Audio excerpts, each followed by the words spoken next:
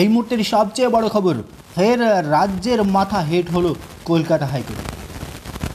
বিশ্বভারতীর প্রাক্তন উপাচার্য বিদ্যুৎ চক্রবর্তীর বিরুদ্ধে মামলার শুনানি চলাকালীন কলকাতা হাইকোর্টের বিচারপতি জয় সেনগুপ্ত রাজ্য পুলিশকে একের পর এক প্রশ্নে কার্যত বিদ্ধ করে ধুইয়ে দিলেন।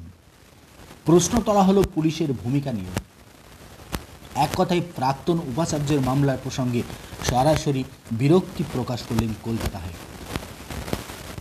এই অবস্থায় কলকাতা হাইকোর্টের বিচারপতি জয় সেনগুপ্তর মন্তব্য তাৎপর্যপূর্ণ হয়ে উঠল।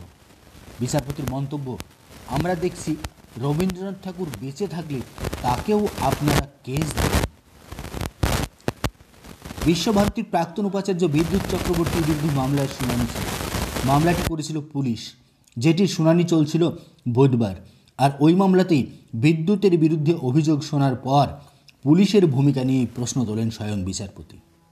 পাঁচটি কেস দেওয়া হয়েছে বিদ্যুৎ চক্রবর্তীর বিরুদ্ধে। বিচারপতির প্রশ্ন, পুলিশ আগে ধারা যোগ করে দিয়ে পরে তদন্ত করে দেখে আদৌ অপরাধটি ওই ধারা অনুযায়ী টেকে কিনা।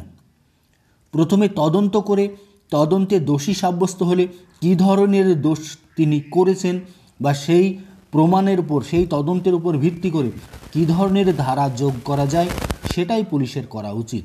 কিন্তু পুলিশ আগে ধারা যোগ করে দিয়ে সেই ধারার সপক্ষে প্রমাণ যুক্ত করার জন্য, প্রমাণ জোগাড় করার জন্য উঠে পড়ে লাগে, দেখে যে ওই ধারাটি ওই প্রমাণে টিকছে কিনা। জানিয়ে রাজ্য পুলিশকে এক হাত নিল কলকাতা হাইকোর্টের বিচারপতি জয় সেনগুপ্ত। প্রসঙ্গেই রবীন্দ্রনাথ ঠাকুরের কথা উঠে আসলো। জয় সেনগুপ্তের কথায়, আমরা তো দেখছি যদি রবীন্দ্রনাথ ঠাকুর বেঁচে থাকতো আপনারা তার নামেও ধারাযোগ করে কেস দিতেন, পরে তদন্ত করে প্রমাণ জোগাড় করার চেষ্টা করতেন। এক্ষেত্রে যেটা করছেন, কার্যত মাথা নিচু করে শুনতে হলো রাজ্য পুলিশকে। ফের কলকাতা হাইকোর্টে মুখ পড়ল মমতা বন্দ্যোপাধ্যায়ের।